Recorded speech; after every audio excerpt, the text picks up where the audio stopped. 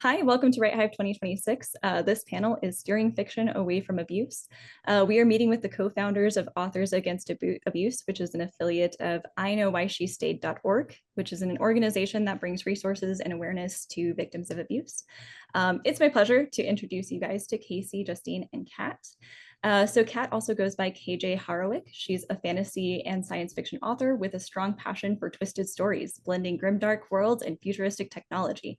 She holds an AIS and is the co-founder of Chief Technology Officer of the, and CTO, Chief Technology Officer of the I Know Why She Stayed initiative, and Authors Against Abuse, as well as the co-founder of Beyond Survival, the 4-pillar program to rise and rebuild.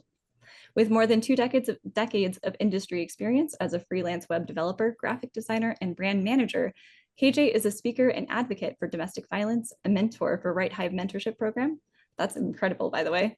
And teaches online workshops about writer craft, building an author career, email campaigns, and why self-publishing is a career choice and not a last resort.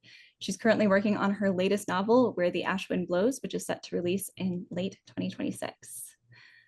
We are also joined by Justine Manzano, who is the geeky author of the geeky YA series Keys and Guardians and geeky YA novel Never Say Never. Also a freelance editor, Justine also serves on the board at WriteHive, so I'm sure you'll see her around a little bit more too. An activist at heart, Justine is also the director of operations of the I Know Why She Stayed initiative. She lives in Bronx, New York, with her husband, teenage son, and beloved puppy. She can usually be found at her website, JustineManzano.com, or all the usual social media haunts at Justine_Manzano. If you've looked in all these places and can't find her, she's probably off reading fan fiction, just like me. She'll be back soon.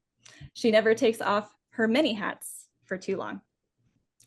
And then I also have the fantastic Kasey Rogers with us. Rogers is the author of the memoir Our Better Selves and the novel The Color of Frost, a work of historic fiction which provides the inspiration and blueprint for the I Know Why She Stayed initiative. Earlier in her career, Rogers spent almost 2 decades in the commercial film industry in New York City, working on both broadcast and interactive projects for some of the world's largest ad agencies, which is absolutely mind-blowing. She brings her skills as a filmmaker, writer, speaker, and advocate to this work. So a fantastic cast we have today. So let's go ahead and settle on in. Thanks for being here. Thank you for having us. Thank you. And I'll be the moderator today. I'm AJ Alexanders. I also just go by Poppy. I write fantasy, queer fantasy. And I also stream on Twitch where I do author interviews, which is what brought me here today. So I'm very thankful to have the opportunity to come and chat to you guys about this. So let's just go ahead and jump right in. I'm gonna take a moment to say I noticed the name of your book and it's amazing. An ambitious woman and her very normal pet. I love that. Thank you. Fantastic. So how often do you guys read a book or watch a TV show and think, hey, that doesn't look right, that's abuse? Is this something that you encounter very frequently today, and what does that look like? I feel like, oh, I'm sorry. Go ahead. I was going to say, I feel like it has gotten better over time in some ways. I know there were some things that were huge red flags that I notice when I watch like older shows or read older books that aren't in certain circles aren't as glorified as they used to be. But I do feel like there's still an issue in certain genres where there are romanticized abusive tendencies that crop up a lot. So I find this in books and media, and like Justine said, the further back you go, sort of in our historical timeline, things start to look differently. So as far as like when you're doing visual media, like movies, you look at some of the 1930s movies, and you've got these men smacking around their wives, and it's no big deal. Like everybody laughs it off, and the guys all smoke cigars, and oh, did you smack her around? Did you tell her who's boss? Things like that. And when you look at it through today's lens, you're like, dick, sorry, no, not happening. But it's a lot of that got transferred into, our books and our stories. And as you read some of that older media, again, you find that these little tiny red flags. And if the funny thing is we digest them so often and we don't see them. Mhm. And then once you start looking at domestic violence and looking at what it really means and the spectrum of things, the behaviors that are very subtle and very tiny, but they're still red flags. And then you start putting them together, and all of a sudden you're like, oh, we're digesting this stuff every single day. A lot of it is being glossed over, it's being laughed off, it's made into a joke, and then you look at the joke and you start thinking about the lives behind that joke, and suddenly it's not very funny anymore. So you start to see a different perspective on why are we glorifying this? Why are we making it okay to smack a woman around, to say very specific phrases that kind of put the hairs up on the back of your neck, but you don't know why they put the hairs up on the back of your Especially I've noticed like a lot in animation, like adult animation. neck. Um, I think at some point we were talking, me and Kat, and brought up Family Guy. And it's like, there's a lot of that in Family Guy, man. I didn't Mhm. even realize how pervasive it is until after we started studying this stuff together. Mhm. Um, a little bit, I Know Why She Stayed, it is born of our past experiences with domestic abuse and violence. And so hearing it's weird how until you start looking at things in that from that perspective, you don't always notice because a lot of these things feel normal to Mhm. us because like Kat was saying, we're basically fed it through media that then when you start looking at it through that lens, all of a sudden it's like it's way easier to dehumanize an animated character. Mhm. So like when you're watching a Family Guy type show, it's like, oh, it's just a joke. Um, but it's not if you realize that it's getting into our brains little by little. Like we're drip feeding this stuff Mhm. to people and to kids, because let's face it, if it's animated, kids are watching it. It does not matter if it's not supposed to be for kids. Mhm. So yeah, it does sneak its way into how we look at media and how we look at our lives. Mhm. Yeah, and that influences the normalization of it too, doesn't it? Mm-hmm. Well, you just stole the words out of my mouth. I think that it also presents itself very differently in comedy, but it's still there. Mhm. And when, talking about normalization, you go back to all of these series television, and when you start watching them, and you're watching them through the lens, not just about, domestic abuse or, that particular lens, but the way women are framed. um, Mhm. I've probably watched every single episode of Seinfeld at least 12 times. And the more I watch it, the more I try to dissect it because it was such a cultural phenomenon. Mhm. And the way that the characters are presented, you have in so many scenarios, you have this body of men, like, three, four men and one woman. And everything is framed through the male perspective, what's normal, what is acceptable. It just makes it so that if there is a situation that involves, like an abusive situation, that the woman is always, it always seems like it's pitted against what the framing of the conversation from the male perspective. Mhm. So, And it doesn't it feel like, especially I think that in that show, but there are other shows that are similar where mhm, there's the one female friend, right? yeah. That always hangs out with the men. That is it's almost like what is valued in those situations is how masculine Hmm. or how like male-centered the woman comes off. Yes. Which is like it's completely unfair as far as like a as showing or portraying women. Hmm. Um, but it's never seen that way in the Yeah. course of the story. So you've got these characters, and the woman's expected to act the way the rest of the men do to fit in to that social setting. Right. Yeah.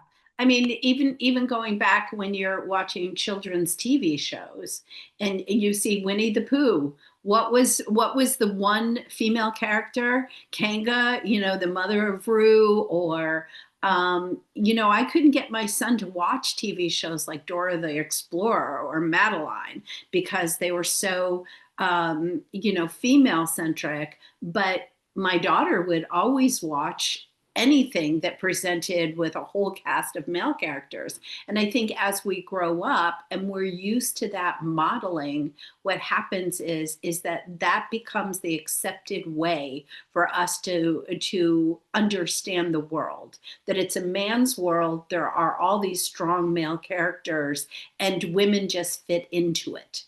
Mm-hmm.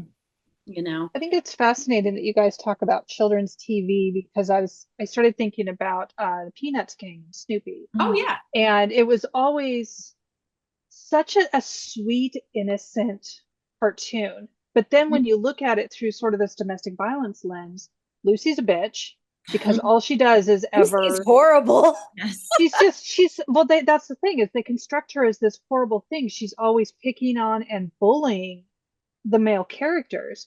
And then you have the opposite side of that, which is Sally, and she's just always love struck by all the boys. And these two sort of dominating personas are something that we still find in modern movies, modern television, and sometimes even in modern books. Women are demonized as whores, or they're just too dim-witted to do anything but be there for the man. Like I love Bridgerton. I love the show, so I'm not slamming it on any means, but this last season really got under my skin because they had this wonderful female character standing up for herself, saying, I'm not going to put up with your crap. You can't just say pretty words to me and everything's fine.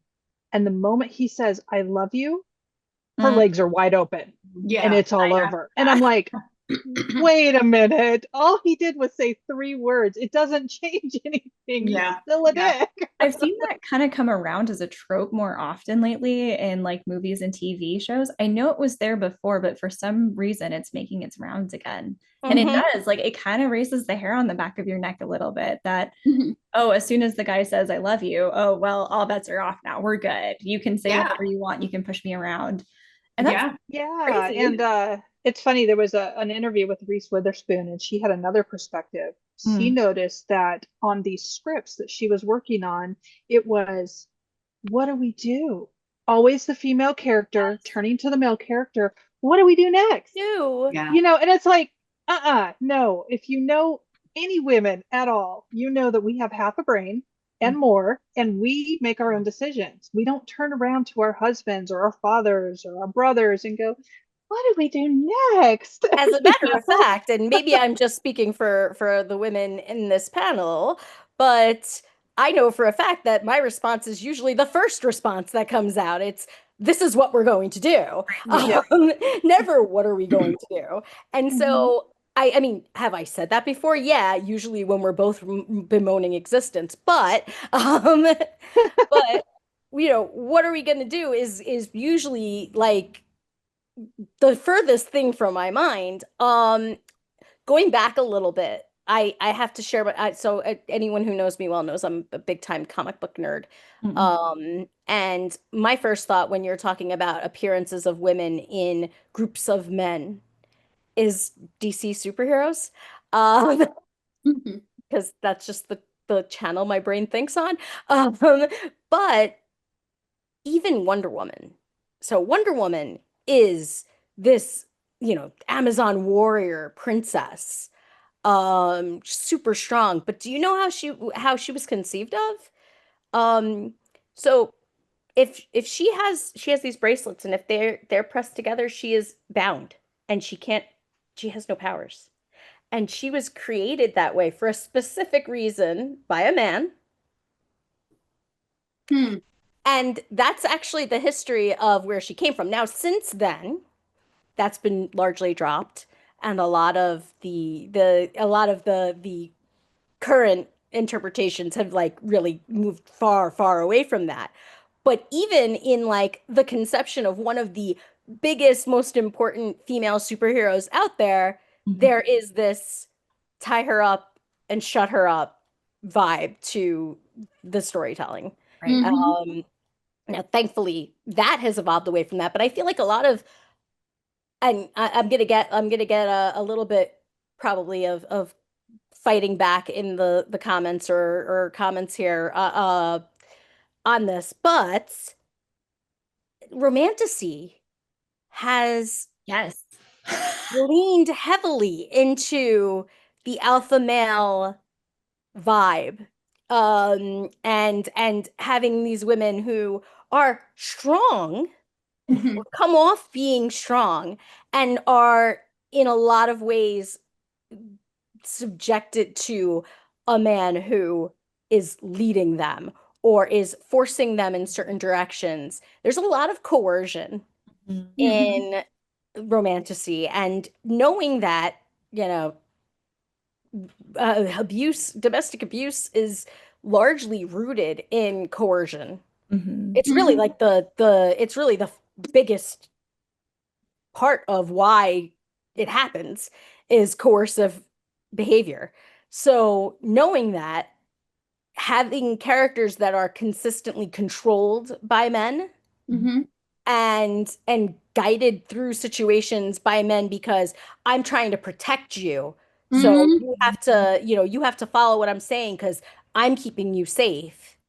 Yeah, safety as love. Mm-hmm. And It's and yeah, and devotion, like that, yes. like blind devotion where the person's like, I can't live without you. Mhm. Right. It's total love bombing. Yeah. It's one of the basic tenets of abuse that we see in these media depictions all the time. And it's Yeah. like, I don't want to tell people like, oh, read and keep your eyes open, like ruin every story you dive into looking for these like abusive tendencies and anti-feminist behavior, because Mhm. I think that that can also get really exhausting. Mhm. Um, but I do think it's really important for us to keep an eye on what we're producing and just try to produce these things responsibly, Mhm. where So they're, oh, go ahead. no, I was going to say what's interesting about that, and especially like romance and romantasy, is, when you look at the origins of when romance was first published, Mhm. the reason it was published was because of male influence. Mhm. These publishing heads looked at these women and went, you know, this isn't a woman I don't feel like I can dominate. And that's the thing. If this was a story where the woman felt very dominated and it felt like a man reading it had all the power over a woman, or even a woman reading this literature had her power subservient under a man, then it was more publishable. And then to make it even more publishable, then let's talk about the covers. A Mhm. lot of these covers in remember, the 60s, 70s, they've got the big breast woman falling out of her dress. It's Mhm. barely covering her nipples, and and a lot of that is because that's what they wanted to see when they were walking through their stores. They wanted to see these almost naked women on their shelves. To them, it was more sellable. And so that's what, and somebody can correct me if there's like adjustments to this, but I did some reading on it. But it sounds like that's a lot of why these stories were published, was because they did it with the big breasted woman on the cover, and because women were somewhat subservient and powerless inside the stories. Now Mhm. that And if you began to look at those shift. covers, if you look at those covers, they're vaguely they're creepy. They are. Mhm. There's usually a Yeah. lot of a man like holding down a woman, or it's just yeah, there's a lot of questionable imagery there. Kasey, did you? Yeah, and it did shift. Go ahead, Kasey. Sorry if you had something to. No, I was just listening. I mean, it's all very interesting, but I can't help but think about some of the books that I read through a lens quite differently Mhm. the first time and the second time. And I'm particularly Mhm. thinking of classics like Jane Eyre, when when you look through that particular book and you find out the background of the crazy woman in the attic, the mad woman in the attic.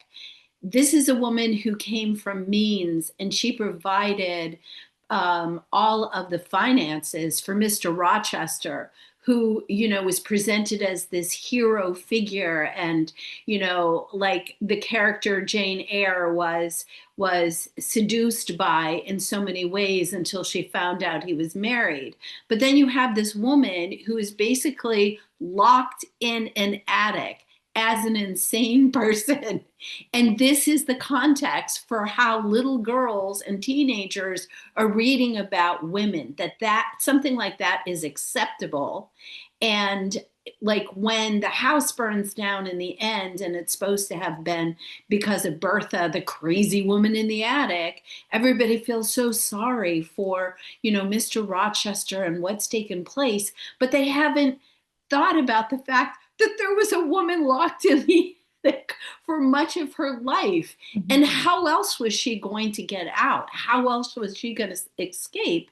And basically what she did was she burned it all down.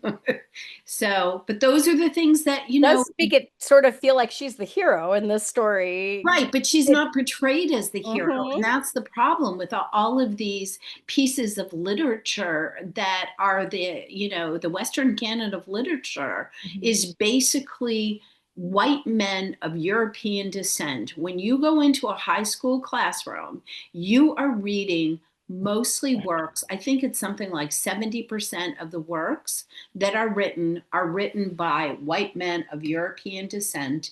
And now that's what's happening in our culture. They're taking those books off the shelf, demanding that they be not essentially burned, but basically banned, because they want to maintain that portrayal that of white male white men. And that, it has such an influence subconsciously when we're dealing with abusive situations, because if locking somebody in an attic isn't abusive, then nothing is. I mean, even on smaller levels, like I've been rewatching. So my favorite series, my writing like Yoda of a series was Buffy the Vampire Slayer. I loved it, grew up on it, was obsessed, could quote episodes. But looking back, I'm rewatching it with my son currently. And while a lot of it stands up really well, even after all this time, and even knowing what we know about Joss Whedon, which we will not even go into, because it just makes me angry. But Xander, who is the male lead in a way, he's not like a romantic lead, he's their best friend. He wants to be the romantic lead, and that makes him super toxic because everything is done with this frame of reference of, well, Buffy doesn't want me. She wants this other guy. And because she doesn't want me, I'm okay with like not telling her things that are essential for her to fight, or like, because, or getting really angry and getting like toxic and abusive, as far as like, there's a whole part where Angel, who is her love interest, is, has come back from, he was bad and he was turned good, and it is completely turned good. I mean, because he doesn't have a soul and then his soul is restored. It's a whole thing. Yeah, series called Angel and everything. Yeah, exactly. He gets better, but Xander has hated him from the beginning because she chose him over him. And so even though he has a soul now and he is clearly better and helping to save people, and he's just constantly like putting him in dangerous situations, not telling Buffy that he's in danger, things like that. And he's played off as the good guy. Right. And to an extent, you can kind of be like, well, he was evil for a while. You can kind of see it, but there is this like extra toxicity underlining it that is about the fact that he was rejected and he lashes out because he was rejected. And so watching that now, looking back, I'm like, oh, he's kind of a terrible character. I loved him when I first watched it. I thought he was the best. And looking back at it, I'm like, oh wow, he's awful. Yeah. He's super, he's like, just his the girls in the group, like he never has enough. If a girl likes him and he ends up cheating on one of the girls in the group with another one of the girls who always liked him, but then he didn't decide he liked it till Later. it's yeah, he's yeah, okay, so you're a fan, you know. So yeah, it just kind of like he's just ends up being this really toxic figure, Mhm. even though he is played as the everyman that is the one who will say the thing that you're thinking. Right. The weirdness of the situation, like he'll point that out. And it's like, this is the everyman. Mhm. Mm-hmm. So let's talk about that, because you're kind of starting to lean into, instead of like the direct abuser, Uh-huh. the side abusers. The Let's side talk about the abusers. side abusers, all the people that sort of support and um so I have been watching, it's called Big Little Lies, and I go back and forth. I watch a lot of different stuff, but I'm not usually into wealthy women are doing things, because usually at some point I'm like, ah, I'm done. You're all just complaining about utter nonsense. But in this particular show, the first season, one of the husbands is definitely an abuser. He is, he beats his wife. He goes on these business trips where he rapes other women. But he's got all of the subtle, like leering at her in the shower and then going, why are you not, making her turn around and do all these little it's so many red flags. It's uncanny. But then you get past the first season and you get into the second season, and all of a sudden his mother is in town because she wants to know why her son's dead. And it's this little passive behaviors of, well, how come you didn't love my son enough? Mm-hmm. Or in the show Maid, it's, why are you ruining his life? He's Right. such a good guy. Right. And they Yeah. don't see the guy at home that's throwing somebody up against the wall or is constantly going, why aren't you cleaning the house while he's laying in his lazy boy and jacking off to his favorite show? It's It's the it's not power just, imbalance. it Right. is, it's not just direct Mhm. abuse. It's Yeah. it's men, it's women, it's all these supporting characters, and we see them in our own lives, Yeah. I was gonna say Right. most abusive relationships have those people Mhm. that Yeah. are, Mhm. and also the people who will tell you because they know the person, right? So they'll Right. they'll Mhm. tell you, oh, well, he's never been like that towards me. Mhm. Right. So That. you can't possibly know what you're talking about when you see him more and live with him. Yeah. Yeah, so Like, when you That. read these stories, Mhm. sometimes you see that these toxic behaviors are glorified as love because there's a love fear balance that's sort of so interconnected that if I make her afraid of me, she's definitely going to love me. That's my way of loving her. Yeah. But then all the side characters, the best friends, the supporting characters, the mothers, the I remember even in my own life, I came home from a very, very bad situation one time. Mhm. Very bad situation. I was still processing it. I Mhm. was really traumatized. Yeah. And I walk in the door and my roommate is like, "You are such a whore. I can't believe what you did. They told me all about it. These guys that had attacked me had called my roommate before I even got home, spun the narrative. Guess who she believed? Yeah. She believed them. Yeah. And needless We to see say, that I was moved often. out this afternoon. But you Yeah. see We it see in that stories, often. in media. Yeah. Yeah. Mhm. Yeah. So Yeah. The woman is not to be believed so many times. And abuse really is about creating that empower balance so that it makes it easy or easier for people to see, oh, he's so competent, he's so articulate, he's so wonderful. He would never do those things behind closed doors. right. but And you know what feeds that? yeah. What feeds that is there are a lot of storylines, particularly in dramas, in Mhm. which the woman is lying about these sorts of Right. things to try to cause some kind of problem, or like very Melrose Placey kind of, God, I'm Mhm. dating myself. I am so old. Hey, let's not talk about it, okay? Sorry. You're good. You're good. It's lots of like very like convoluted stories that they're telling and lies that that they're throwing out there. When it's below 4%, closer to 1 to 2% of reported sexual violence uh charges, or like cases rather, are only between 1 and 2%, definitely under 4%. Sometimes it wobbles there, but are proven to be lies. Right. And then you have to wonder to yourself, are they really proven, or are they just not there? There's not enough evidence. And then you got to wonder to yourself, how many is that in the span of the number of amounts that do not get reported at all? But those different situations get amplified as if that is the way that it always is. You know, it's like, I came across something on LinkedIn where somebody invited me to join them, and they were claiming that men are more often victims of violence than women are. And yeah, and you know, what other claims. statistics are they missing there? Yeah, exactly. All of them.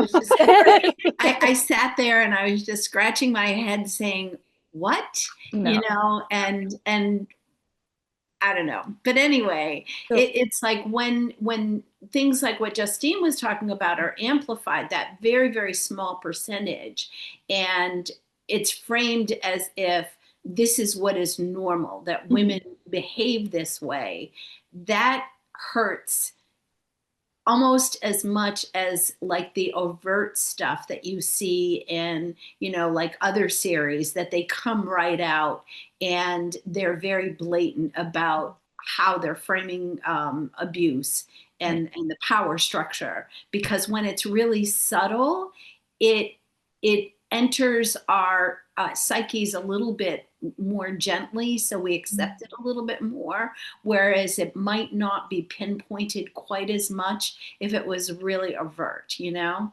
I do want to take 1 second to just throw out some percentages, some actual statistics please do. about this, just because of the fact that what Kasey brought up before we move on to that next bit. 74.5% of domestic violence victims are female. Yes.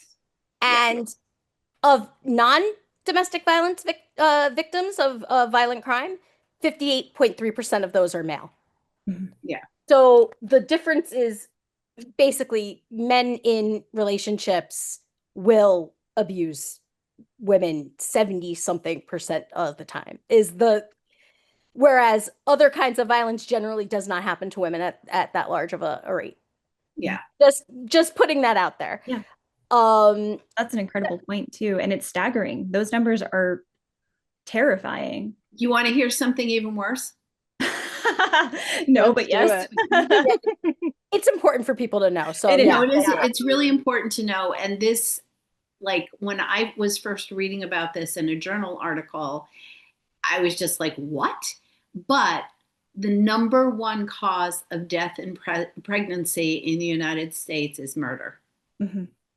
Yeah. So what happens is, I think you need to understand that she doesn't mean murder by abortion. She's talking murder by somebody attacking the woman. Well, yeah, she's saying that because in case we don't want it to get misconstrued, basically homicide. Right. Homicide is the leading cause of women who are pregnant. Yeah. So it's when you frame it like that too, and that's why framing is so important. When you have really brutal statistics like this, and you know you're not talking about it, it just kind of doesn't come to the consciousness of the people that are around you, and you know, it just seems so unfortunate. Instead, regarding, you know, like what we can do as writers to make room for survivor-centered stories, I think one of the things that really always pisses me off is when somebody that is abusive is basically rewarded in the, you know, like either rewarded by somebody forgiving them and then loving them. And I'm going to really date myself here, but I remember as a teenager watching the show, what was it, General Hospital? And there was a character, Luke, who raped another character, Laura. And then, like it was one of the biggest TV moments when they got married because supposedly, he didn't understand that she didn't want to be raped. It was They were horrible. like a huge couple in Yeah, that, so I think till the end of that soap opera's run, they were like yeah, the most popular couple, and that's how they exactly. started. Yeah. Yeah, Wow. exactly. And like I hate to think of a woman as being the reward, but when you're writing something and you're rewarding, and this happens in like lots of TV shows, that the abusive behavior, somehow the abuser does not have to take responsibility, and eventually they're rewarded for that bad behavior. And it might be a subtle reward, um, but we need to stop glamorizing the tactics that abusers use when they're in a relationship, so that it doesn't become normalized. It doesn't become something that is our model for how we love one another. We're speaking from, like we said earlier, we're speaking from a position of people who have been in abusive situations, and so and who write abusive situations. I have in my fiction have explored abuse several times. Mhm. And the key, I think, to doing that, because I think we all write out our trauma, and we encourage people. That's part of our thing, is writing to heal. So we encourage people to get their emotions out in their writing and to write about their trauma and explore that there. The difference is if you're going to write about abuse, is to not make it like I see.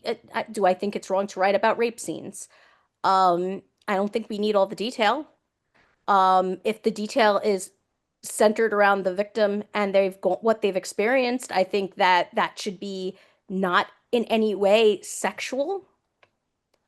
And I think it is often sexualized, which is scary. Mm-hmm.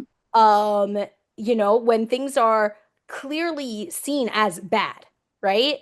Then we're doing it safely. If it's talking about the person's journey and how they've had to endure something terrible, but it shows how they have powered through it, and there is no punishment for that person or reward for the abuser coming out of the narrative.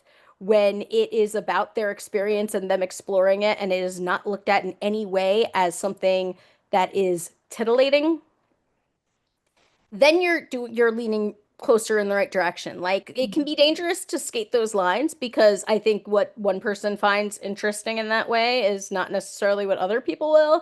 So And for the so audience, could you describe like a titillate, like what titillation would look like in this scenario? well, if you're doing a rape scene and you are making it sexually appealing in some Understood. way. Yeah. Yeah. If you're doing an abusive situation, but you're making the male out to look like the hero while they're abusing a woman. Yeah. Trying to think of a good, I'm really struggling to think of a good one, but I know they exist, where a man gets physically forceful with a woman to go, no, you have to do this now. And they're like hitting her in the direction of or shoving her, or like physically like imposing. Like, when things like that are happening and it's viewed as being like in some way like a positive to the story, you're skating dangerous ground. Mm-hmm. um Definitely, like, think about the way that your work might affect other people as a writer, and make sure that when someone is using negative tactics, they're viewed as negative and they're punished as such, or they're viewed as negative even if they're not punished, because I think in the real world they aren't always punished. So if someone's writing something from a very realistic point of view, that might not happen, but the the narrative says it is bad. Because I think what happens a lot of time is when these things fly under the radar, the narrative itself never views these things as negative. There are ways to tell that story where it is very clear from the story and how it is moving forward, and the narration and the way the characters view what happened, it's very clearly wrong. If Mm-hmm. it's not very clearly framed as wrong, then you are risking perpetuating those kinds of behaviors. Mm-hmm. And that's It's the thing is, go ahead, Kat. I'm sorry. I was going to say with modern, with modern media, because we do absorb a lot of it. We've been absorbing a lot of it for a couple of generations now. So to the point where it's in our DNA at this point. And so when we're writing these characters, like one of the very first books if you guys know me at all, you know that I love a good villain. I absolutely love a good villain. I love writing villains. I love getting heads. But the very first book I wrote, my villain was so rapey and so abusive, and that I mean, he was just absolutely dominating this female character. And even though she had a little bit of attitude and a lot of anger inside her, what I didn't realize that when I had first sort of conceptualized this story and written it out, I was pouring a lot of my trauma in there. This powerlessness that I have felt my whole life was coming out in this female character, and this rage that I didn't even realize was inside me was coming out in this female character. And then the male character was kept winning, and he kept, but then looking at it from a modern lens, and after going through the last 15 years of my life and writing and studying domestic violence more, I went, oh my goodness, like I wrote something that should never be on a bookshelf, because I did the same thing. I had perpetuated something that I had absorbed so much and had been normalized in so many aspects of my life. And so now I've been rewriting those characters and rewriting those villains. And I think a lot about, we talk about character goals and character missions and how those drive the story. So when we're looking at these characters, whether they're the heroes or the villains, what are they going for? What is their goal? And what's the reason behind their goal? And then look at what's the behaviors that they're employing to get to that goal. If they're smacking women around, raping them, if they're murdering children, um, in fantasy books, a lot of them are centered around war, and we just kill. We're killing hundreds of people. Their swordsmen are just killing people nilly-willy on the battlefield. Nobody's getting in trouble for this. There's no rhyme or reason to it. It's just murder, murder, murder. So look at when you're drafting, let it all out. Like literally get all of it out. Get that trauma out, get that weird normalization out. Just get it all out. But as you go back and start really doing those in-depth revisions, you got to start looking at, okay, does this character need to say this thing? Does he need to be smacking her ass as he walks? Which I don't know about y'all, but it gets all the red flags on me up. And then you start thinking, well, what are really decent behaviors or common behaviors that don't fall under domestic violence, but still serve a mission that's pure in a villain's heart? Because a villain, to them, they're the hero of the story. So if you start looking at them as a hero and then go, how can they do these heroic things, but still be those villainous factions that are against the actual hero of the story? And then when you start giving them bad behaviors, think about, are these normalized bad behaviors, or are these bad behaviors very specific to this character that we can spin as this is not good behavior, but we understand that his mission is very, very emotional and powerful to that person, to that character. So I think that's really what it is. It's about writing to heal, letting go of all that trauma, and then repurposing it into a story that breaks all of these normalizations.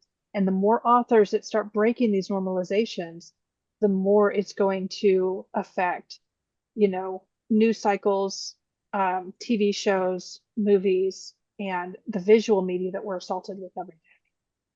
One thing that I did want to point out, I had 2 points here. One is enemies to lovers is dangerous. Not to say you shouldn't write it. I think it can work well, but you should be very careful about why they're enemies and how they act towards each other as enemies. Because what often ends up happening with enemies to lovers is the man is atrociously abusive until he realizes he's in love with her. And like you were saying earlier about the I love you changing everything, Mm-hmm.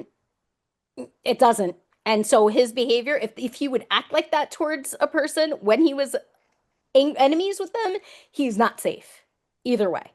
Because even if you hate a person, getting physically abusive, threatening, imposing, controlling, all of that is still scary and shouldn't, even if you don't say that he is an abusive lover, because he may not be in that case, but that should definitely be a red flag for you as the romance interest. Like, oh, okay, so he went from this. How do you find that person attractive later? I don't know.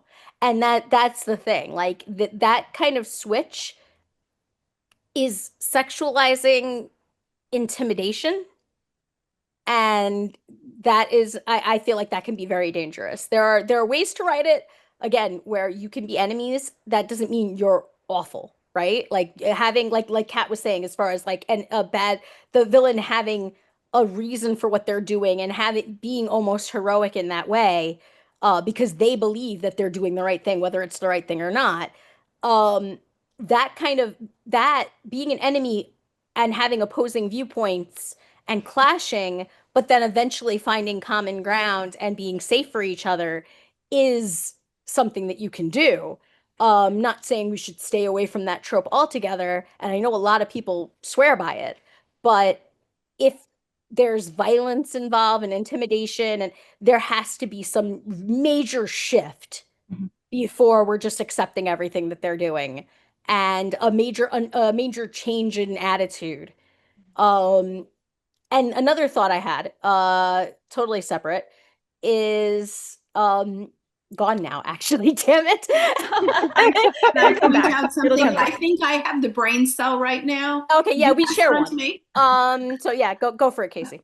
I think the thing is that manipulation is often used as a plot device, Yes.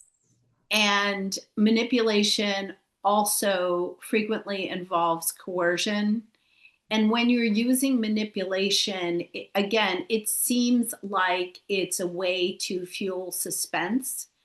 But what comes down to is that if there's no consequences for that kind of manipulation, and instead the character wins because of their ability to manipulate the situation, then it sets up the audience watching this as a way to reward that character or yourself.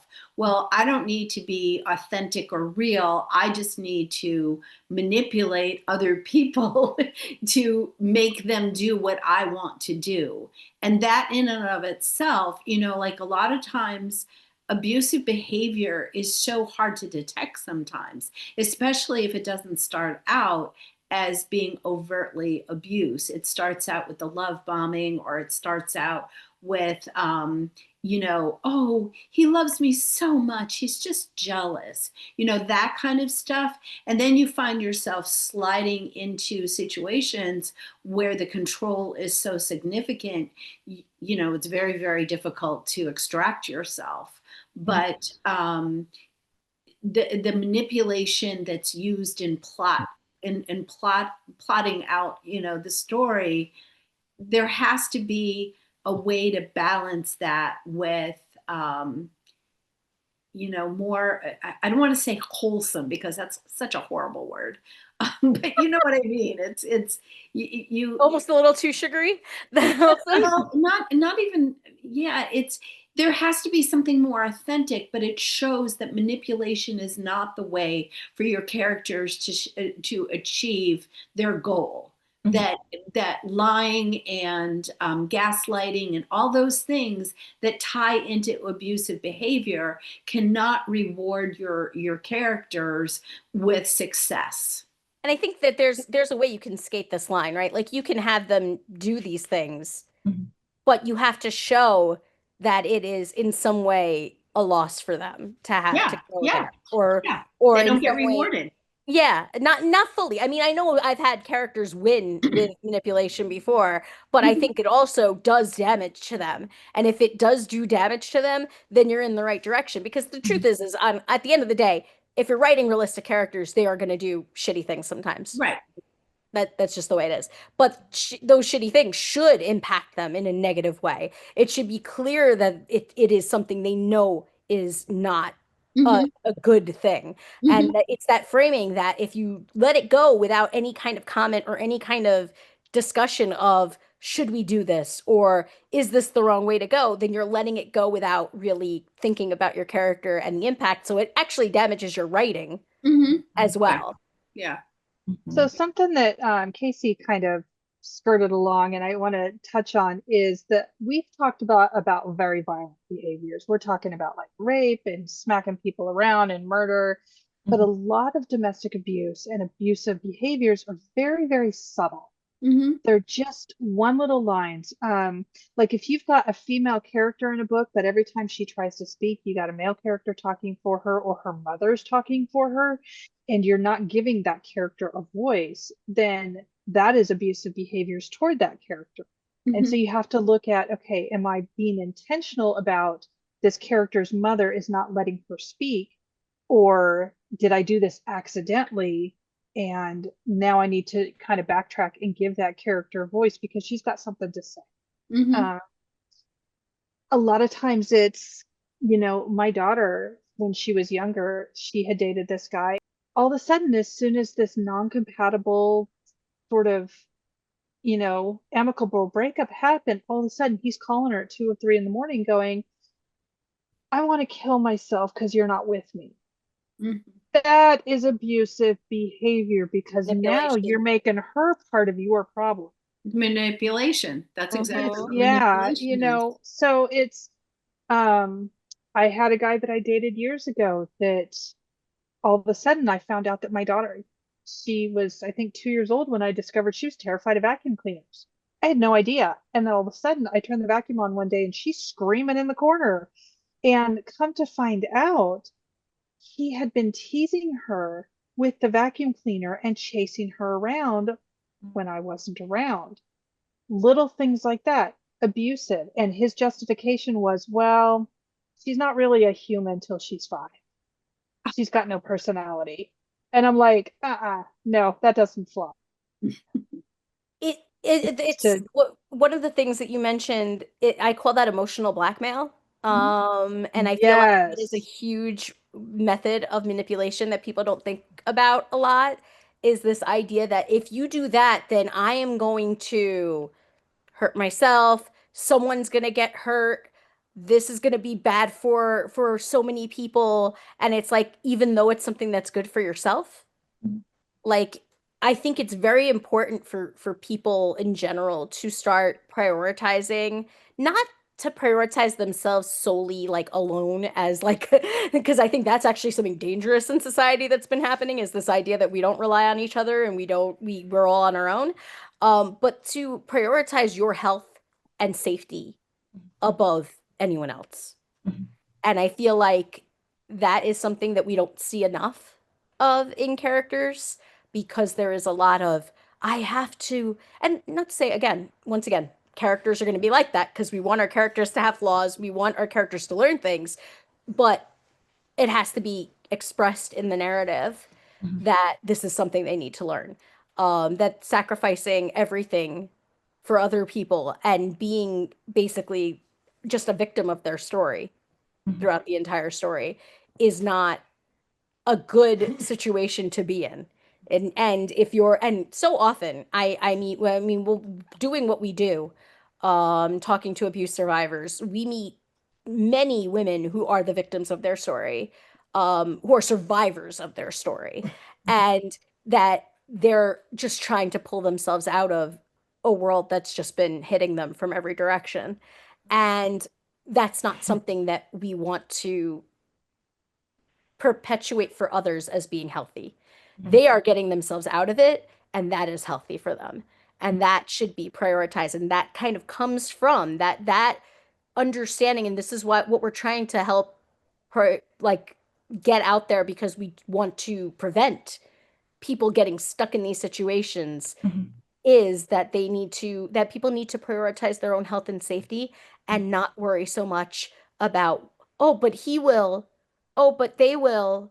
Like, and it's I understand how it happens because we care about people and when you have empathy, it's hard to like not if you hear someone saying, I'm gonna kill myself if you leave me, like that's horrific and it's terrifying, right? Like so an empathic or empathetic person rather will want to like stop them from doing that and get them help. They need mental help then. But you are not responsible for that. And that's one of those things that I think is it's so important to prevent that perpetuation because so many times in stories we have these characters who will do anything. I would die for you.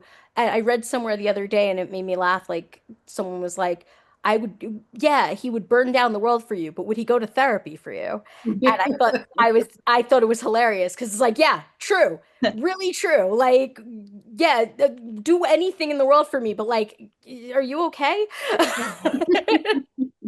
So that actually does bring me to an interesting point that I didn't think that I would ask. But if there's somebody that's watching this panel and is a victim of abuse, what would you recommend them do? What resources would you recommend them reach out to? So, what we've done as an organization is we created a program called Beyond Survival: The Four Pillars to Rise and Rebuild. Mhm. And it took us a long time to work through this program because we were trying to work through all the steps and all the mechanisms that helped us heal. And so it's a very trauma informed program. But the most important thing that people have to recognize is that they are not alone. They are not the only person that's going through this because the isolation is one of the key elements that abusers use. They take us away from our support systems so that their influence is magnified. So if somebody is listening to this panel, know that they're not alone, that there are resources out there. And what our organization does is we connect community resources so that like it's a decentralized system. So wherever the a victim is or the survivor is within their journey to recovery, that they have a place to go. And it's all community based. A lot of times, especially right now, all sorts of resources are being cut from the federal government, like organizations that have relied on grants year after year after year. And the money is like, it's nowhere to be found. There's $150 million that Congress allocated that aren't going to these programs. So it's important to look at resources outside the norm, so to speak. We rely on community-based hotlines. Yeah, community-based resources, things that are like mutual aid, things yeah, along those lines, can be incredibly helpful. Also looking outside of, sorry to cut you off there, Kasey, that's all but right. also looking outside of like your basic, like, okay, a domestic violence shelter, Right. but looking towards food banks or other places that help can be received that you can put together and sort of like piece together your own chain of help for yourself Hmm. because a lot of times the places that were previously offering all those different forms of support they don't exist as prevalently anymore. if Hmm. they if they did, in some areas they didn't at all, and so it's about sort of chaining together that help. But also our program is a separate help on its own where we walk people through the emotional journey Yeah. of discovering that you have been through abuse, because I think a lot of times it's hard to even see that, but then also taking those steps through and understanding the language of it and how it happened, and how to build yourself up until you feel safe enough to get away from that situation. Yeah. um when you were saying you're not alone, I was thinking you didn't do anything wrong too. Yeah. Yeah. That's Um, true. Yeah. it's so easy to feel like, oh, I went wrong. I did something that led me to this situation. But these situations are built for people. Yeah. An abuser, and I say this a lot, like an abuser is always the same type of guy every time, or same type of person every time. Not to say that they're exactly the same, but they fit. They have The their behaviors. It's the yeah, behaviors are like identical. They're so easy in some ways to identify once you know what they are. And once you know the person, because a lot of times they come out and you know how they say when you're dating someone, you meet their representative, Yeah. not them. Yeah. That's what it is. It's like that representative, if they are charismatic enough and sneaky enough to hide exactly who they are Mhm. and understand how to loop someone in and keep them Mhm. there, Yeah. then by the time you realize you've been leading towards an abusive situation, you're already in there Yeah. and like embedded. Yeah. Yeah.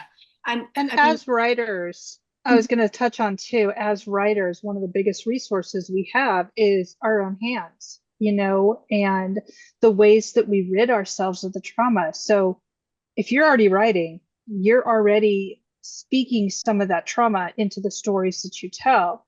And if you find that too much of the trauma is coming out in a story that you're really trying to not spin your trauma into, then consider journaling, consider writing a second story that is trauma. A friend of Justine and I, she just got tired of everything and just poured all of her rage into this story, and it just turned out to be this magnificent story that just took off.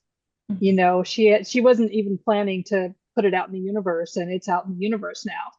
But if you need to split it, just, work on the story that you're trying to work on. But then when you're feeling that emotional overwhelm, then you go to, you go to this other space and you get rid of all of that rage. You pour it out into those words and into those characters, or even just fuck you, fuck you, fuck you across the page. And only you know what it means, but that's fine because you're getting it off of your physical self. yeah. And that way, then your body can start breathing a little bit more because it's not carrying that specific weight. I heard something recently about specific cultures that they will sort of hold objects, and they will speak their pain into that object. And then they either throw it into the fire or they toss it into the river so it's carried downstream. But the point is to get it away from you. And that way, get it off of your body. That way you can start functioning in a different capacity. And then it also gives you more perspective on, okay, my rage went out over here. I feel a little bit better. I'm still angsty, but at least I can think now. And then you can go over to this other story that doesn't have all that manipulation and turmoil and, just aggressive energy. And you can focus on that story. So it kind of gives you a couple of different spaces to work from to free yourself. Yeah. So how can people get involved with Authors Against Abuse? Yes, so we have a website. It's iknowwhyshestayed.org, or you can go to authorsagainst.abuse.org and it goes directly to the I Know Why She Stayed site. We have, I'll have to find it. I'll link it when we're doing the panel during the conference, but we have like a little badge. You can see it over here, and authors can put that on their site. They can subscribe to our newsletter. We also have our 4-pillar program, and we're still doing case studies for it. So if it's something that you're interested in, talk to Miss Justine over here in the corner, and all the contact information is on the website. And basically you can say, this sounds like something I want to work through. I would love to see the case study. And we give you a full copy of the program. You get to go through reading the memoir that Kasey and I wrote, the reader's guide that Justine helped us write, and then the rest of the program that we sort of co-authored together. And it goes through reframing your internal narrative so you can get rid of all that manipulation and yuck that people put on you and sort of come into your own self-power. Observe and reflect and connect is also writing exercises that helps you to break down the situations that happen to you, It's to help you. self-care to build yourself up, Yep. right? Yeah. Self-care. System regulation is really, really important. Yeah. So we show people the importance of taking care of themselves in order to, because in abusive situations, your self-esteem is in the toilet. and like tackling leaving an abusive situation when you're so damaged by all of the events that have swirled around you, it can be overwhelming. So it's really a step-by-step process that we've developed, through Beyond Survival. And also how to get yourself into, because we primarily, I would say, I want to say mainly, but that's not true. We primarily focus on financial abuse because of the fact that it is 99% of people who have suffered from domestic abuse cite financial abuse as being the reason why they couldn't leave. Right.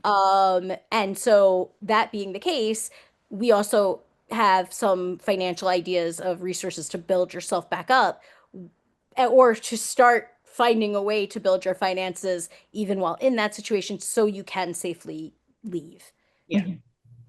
So that is, well, what I wanted to say though, and Kat, I'm sorry if I cut you off earlier, but It's fine.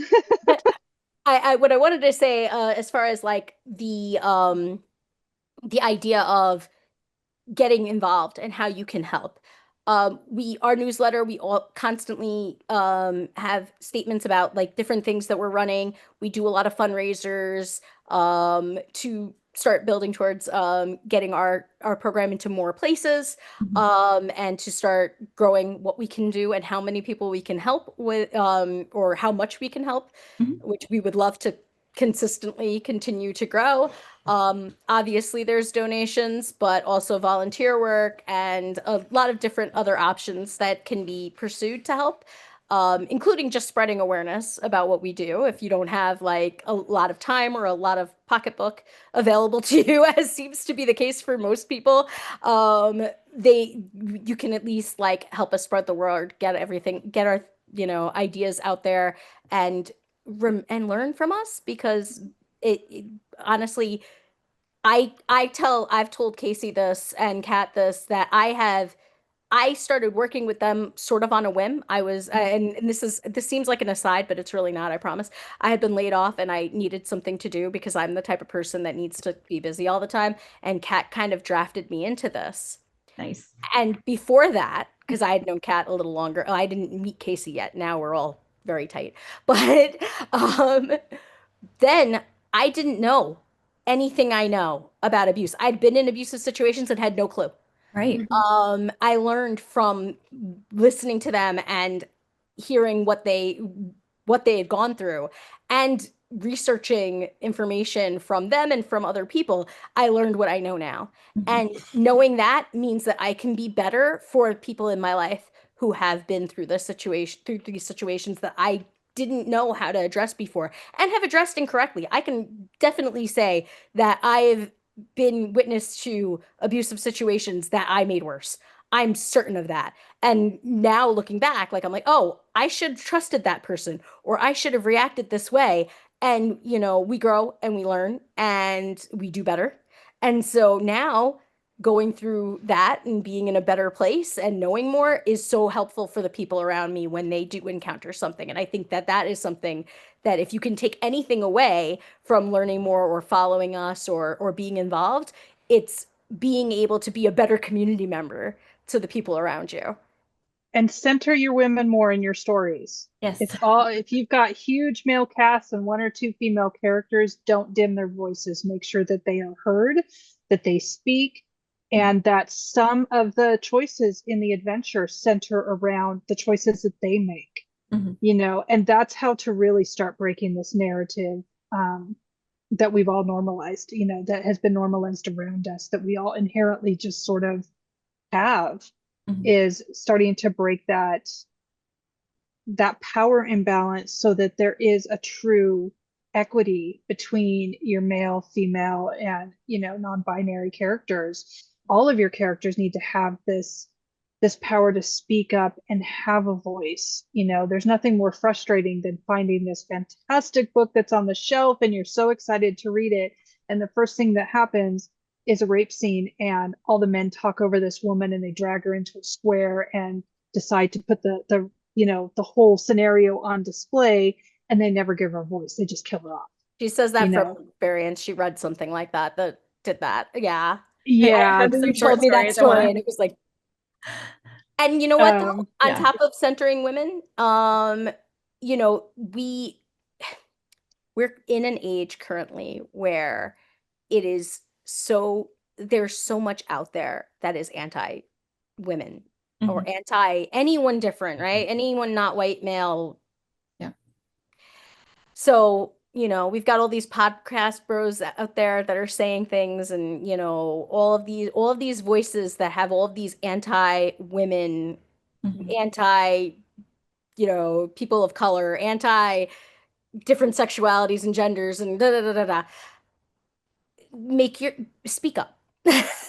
Speak up and do it the right way. You know, that is, we have to be that way because if we let it drown us out, you know, then there won't be any decency left when it comes to these things. So Yeah. it's our voices and the voices of your characters that are not, you know, white males. Or if they are, you know, if they're speaking for the right things, good.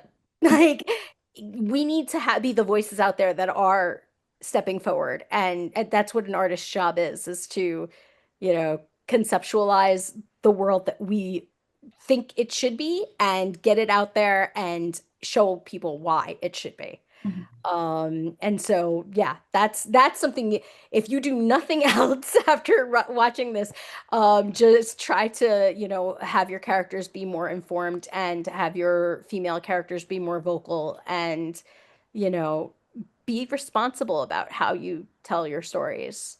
I'd like to add get sensitivity readers. Yes. Yes. There was like a scene that I had done a while back that I recognized was abusive and I thought I had handled it correctly. And then one of my beta readers accidentally became a sensitivity reader.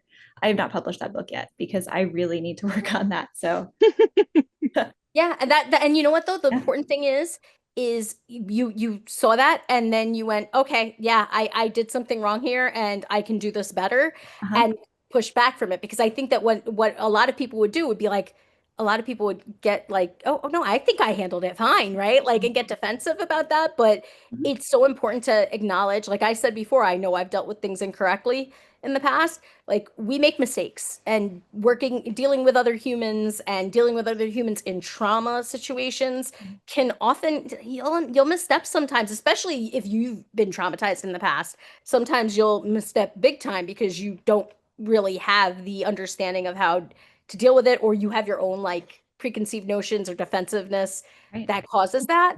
And I feel like it's so important to just accept that you're not always going to be right and hear other points of view and like and let that, you know, step forward without that guilt once you have learned better because you can't change the past. Mhm. You can't go back and fix things that you may have slipped up on, but you can do better in the future and continue to learn. Mhm. So any final thoughts here as we're coming into the end of the hour and a half? Believe women. Be Yeah. safe. Yes, be careful. Um, you know, don't be I'm the like person who's always sunshine and flowers, right? So I'm like, don't like don't let yourself become like a battle-hardened person, Mhm. but always be careful and vigilant. If you're looking and you're careful and you're taking care of yourself, then you know you're moving in the right direction. Like just keep an eye out, live your life, be happy, but know that you know you have to be safe Mhm. And believe women. and believe women. Believe 150% women. believe women. Yep. Yep. Well, that is about the end of our time here. Where can people find you individually? And I'm also going to link the I Know Why She Stayed Authors Against Abuse. So everyone will have that link. So we'll start with Kasey. Where can people find you on social media? Well, I'm not really a social media person. So if anybody wants to reach out to me, they can just, email me at Kasey at iknowwhyshe.stayed.org. A lot of people, I get, I couldn't find you. And it's because they're using .com. .com. Yeah. So, I mean, I do have a website. Do I ever check it? Nah. Yeah. So this is the main work that I'm doing right now. And, yeah, so if anybody wants to reach out, find out more about the program, what we're doing, And, Kat and Justine don't have time to reply, then I will. So Justine, where can people find you? Okay, I am at JustineManzano.com for my own personal work. I'm at usually at Justine_Manzano at on all socials, which is, or some variation thereof, because I'm usually pretty easy to find. My name isn't really one you see often. So there's that. And then separately, I am actually the social media manager at I Know Why She Stayed. So if you are reaching out to the at I Know Why She Stayed Instagram or any of the other socials we're at, you'll probably be talking to me. And so totally happy to speak that way, or you can email me at Justine@JustineManzano.com or Justine@IKnowWhySheStayed.org. And I'm always there to chat about this, writing, or Write Hive too. So just yeah. And Kat? You can find me at kjharrowick.com, or you can find me on Ko-Fi at Writing Mystics. So this is something new that we're sort of starting, and I'm going to start sliding into book coaching as well and author coaching. So if you're an indie author, you're just like stuck and don't know where to go, you can reach out to me and we can, have a conversation. You can find my books pretty much anywhere if you like the nice grimdark futuristic technology and very dark, like medieval style worlds all mashed together. That's what I write. And then honestly, you can find me at iknowwhyshestayed.org if you need to reach out to me specifically because something resonated with you, or you just need to have a conversation with somebody. You can absolutely go through our contact form and then just say, I'd love to talk to Kat. And Justine or Kasey will forward it directly to me and we can email, and, I'll see how I can help. We'll just start whatever conversation you need. So I wanted to thank you guys again for coming, because I think this is a really, really important subject, and bringing awareness to your organization is incredibly important right now. So thank you so much for taking the time. Thanks for having us. All right, well, I think that'll be about it. Thank you guys so much for watching, and I'm gonna wave us out, and I hope you enjoy the rest of con. Okay. Bye.